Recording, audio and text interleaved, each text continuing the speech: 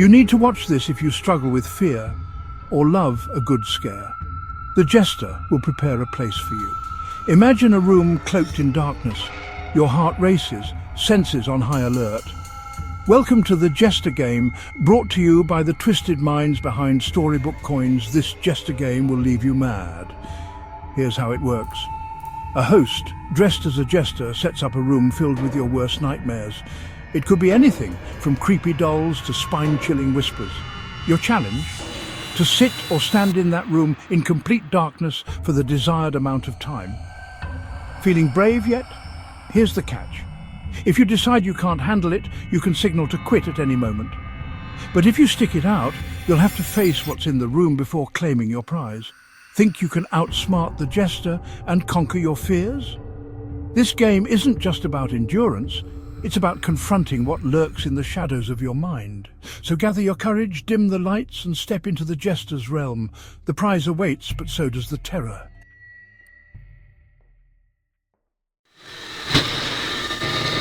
That's really and all of this.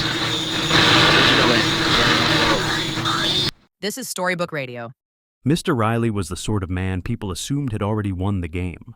At 27, he stood 6 feet tall with the posture of someone who understood the advantage of appearance. His suits were always tailored, the fabric pressed sharply enough to catch the light when he moved, and the quiet confidence he carried through every room often made people mistake him for someone older than he actually was. Fitness magazines would have called his build ideal. The stock market called him something else: profitable. Riley spent his mornings studying charts that pulsed across the monitors of his home office. The opening bell and closing bell, shaping the rhythm of his day, the way tides shape a shoreline. Candlesticks rose and fell across the screens like tiny battles between optimism and fear, each green line promising opportunity, while every red one hinted at the moment to strike. He enjoyed the game. Timing was everything. A fraction of a second too soon, and the opportunity vanished. A fraction too late, and someone else collected the profit meant for you.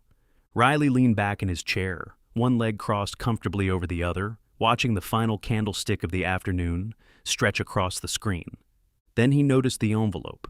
It rested on the desk, where his assistant must have placed it earlier, though he had no memory of hearing the door open. The paper looked thicker than normal mail, almost parchment-like, its surface slightly yellowed, as though it had aged longer than the rest of the letters that usually arrived each week. His name was written across the front, not in ink, in something darker. The lettering carried a deep crimson tone that looked almost like dried blood beneath the soft light of the desk lamp. Beneath the name, pressed firmly into the envelope's surface, sat a small seal of red wax stamped with a curious symbol. A crescent-shaped face, smiling. The shape resembled the Jester printed on old playing cards, the curved grin stretching wider than seemed appropriate for something meant to be friendly. Riley picked it up.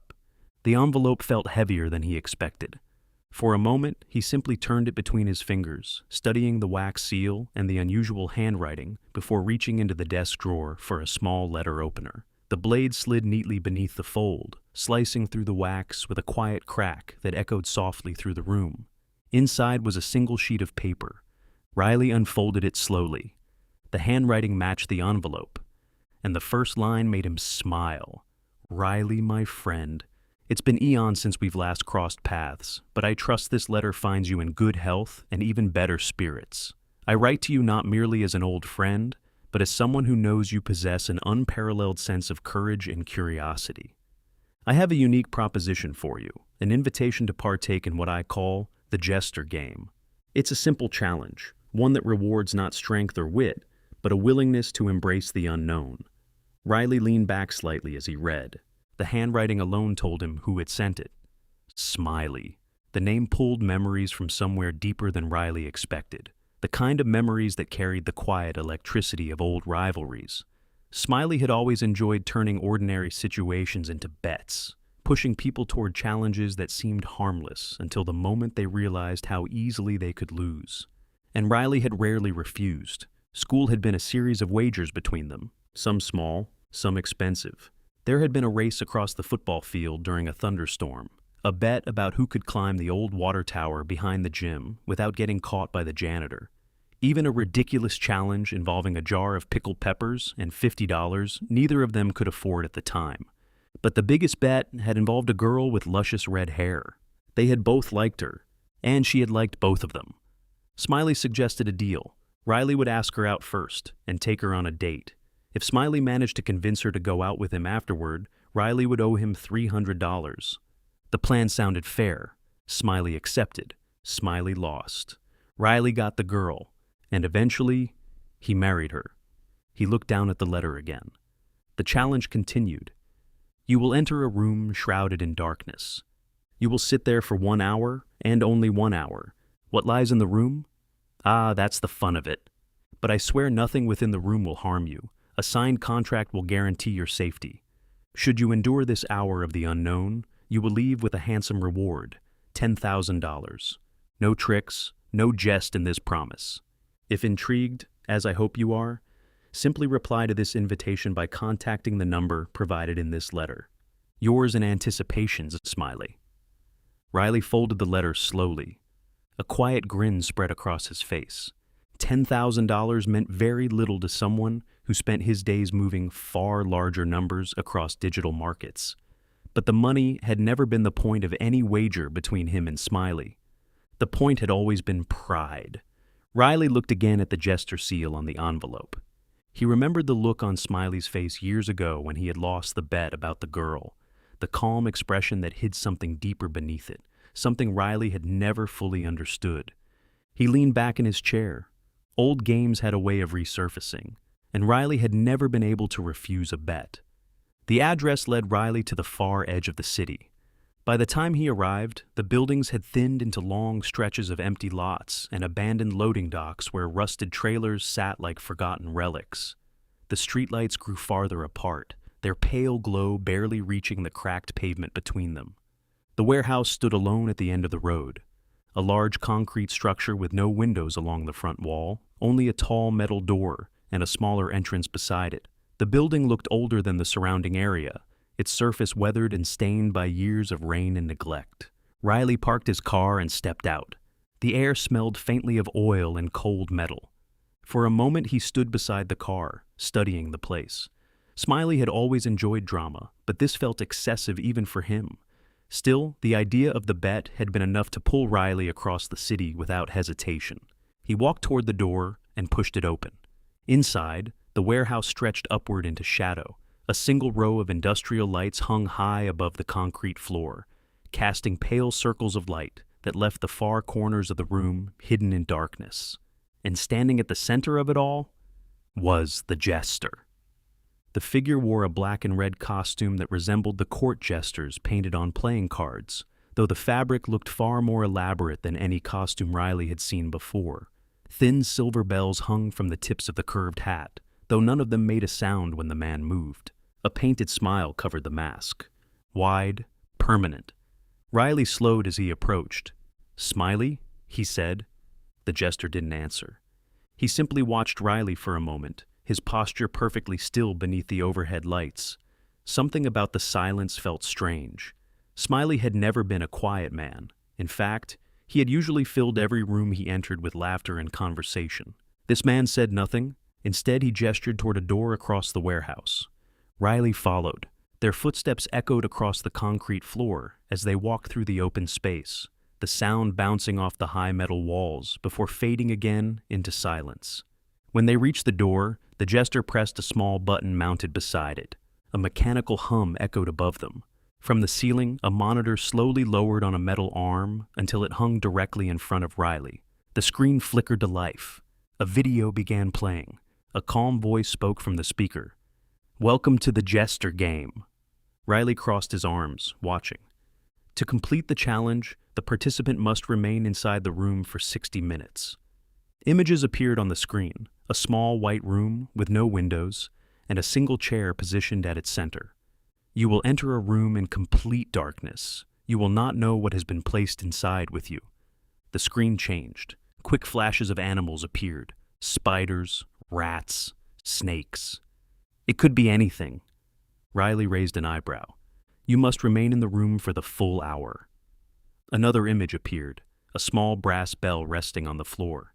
If you cannot endure the experience, ring the bell. The door will open immediately. The final instruction appeared on the screen.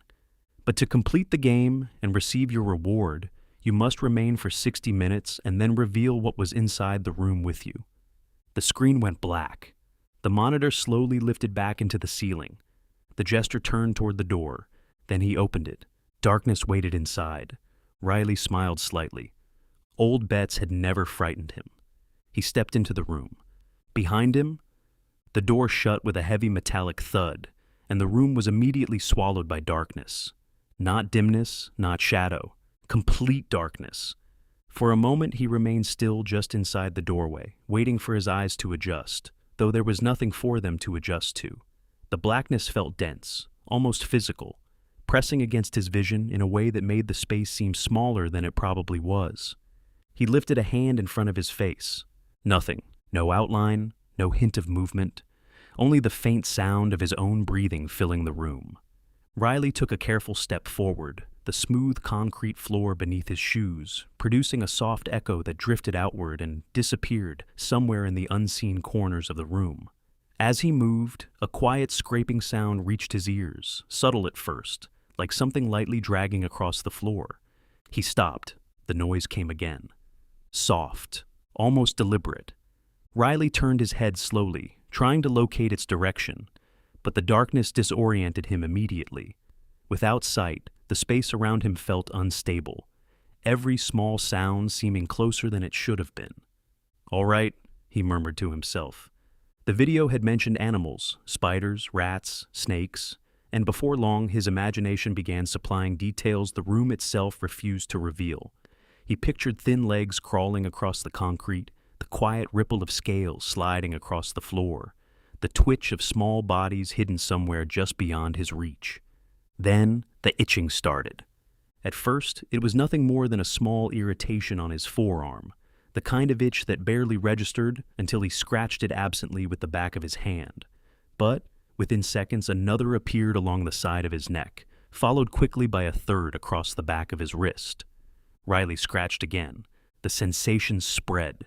Small prickling bursts began appearing across his arms, his shoulders, even along his ankles beneath the fabric of his pants, as though dozens of tiny legs were moving across his skin. His stomach tightened. Spiders.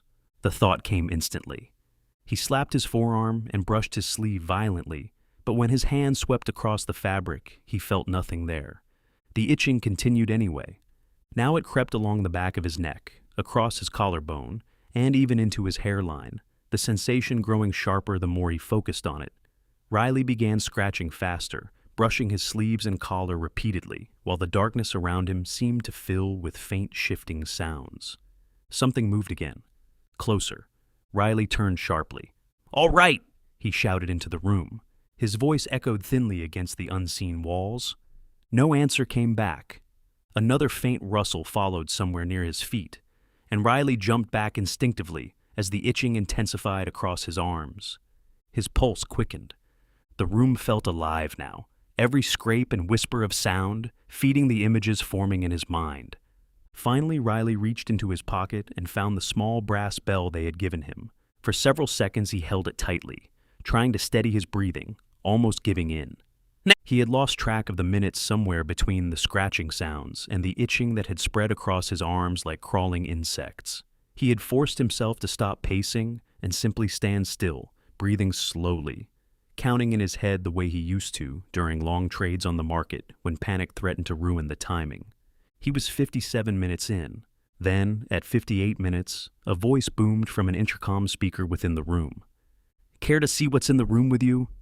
His heart hammered against his ribs, as the revelation may be too horrific to see. The video had said he would have to see what was in the room during the final minute. That was the rule. The itching increased, the scraping noises intensified, the darkness pressed in around him like a heavy curtain, and for several seconds he wondered if something was standing only inches away, waiting for the light. Then, a click. The ceiling lights snapped on. Riley squeezed his eyes shut immediately, the sudden brightness flooding the room after an hour of darkness. He stood there breathing hard, his fists clenched at his sides while the silence settled around him again. Slowly, carefully, he opened his eyes. White, plain white walls. The same smooth concrete floor beneath his feet. A slow fan turning in the corner. Nothing else? Riley blinked, then he laughed. "I won!" he shouted, the sound echoing off the walls. "I beat the Jester!" Relief surged through him, the tension draining from his shoulders as he turned in a slow circle, confirming what he had already seen. The room had been empty the entire time. Then he noticed a red box, the size of a microwave. It sat against the far wall, waiting, perfectly square, wrapped in bright red paper with a thin ribbon tied neatly across the top. Riley walked toward it slowly. His footsteps echoed softly across the floor as he approached, his earlier confidence returning now that the hour had passed. The box looked almost ceremonial, as though someone had placed it there specifically for this moment. He knelt down. Carefully he untied the ribbon. Inside was another box, slightly smaller. Riley frowned but opened it. Inside that box, another box. He lifted it out, then another. Each one smaller than the last, nested perfectly inside the one before it, like a series of quiet jokes waiting to unfold. By the time he reached the smallest box, Riley felt the irritation beginning to return. "Very funny," he muttered. He opened the final box. Inside was a check. Riley pulled it out and read the figures printed on it. $9,700. Riley frowned. "Where is the other $300? He flipped the card over. The photograph on the back froze him where he stood. It showed a restaurant table, two people leaning toward each other, his wife, and Smiley, more matured now, with a clean-cut, richer appearance, kissing. Riley stared at the picture, the room suddenly feeling much quieter than it had before. Behind him, the fan continued its slow rotation, and somewhere in the building, Riley imagined he could almost hear someone laughing.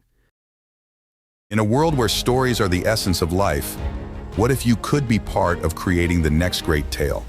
Introducing Storybook, a community where your imagination comes to life. A place where writers, readers, and dreamers unite to create something extraordinary.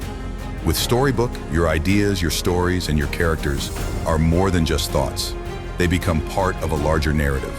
Less than 1 billion Storybook tokens are powered by the Solana blockchain. By holding Club's tokens, you gain the power to pitch ideas, give input, and even become a character in the stories you help create. Submit your stories, collaborate with other talented writers, and see your work come to life. Storybook isn't just about storytelling. It's about making your mark in a community that values creativity and innovation. From anthologies to graphic novels, from films to community-driven magazines, Storybook is where your ideas take flight and where your voice is heard. Become part of a movement where your creativity shapes the future of storytelling. Welcome to Storybook, a community where stories come to life.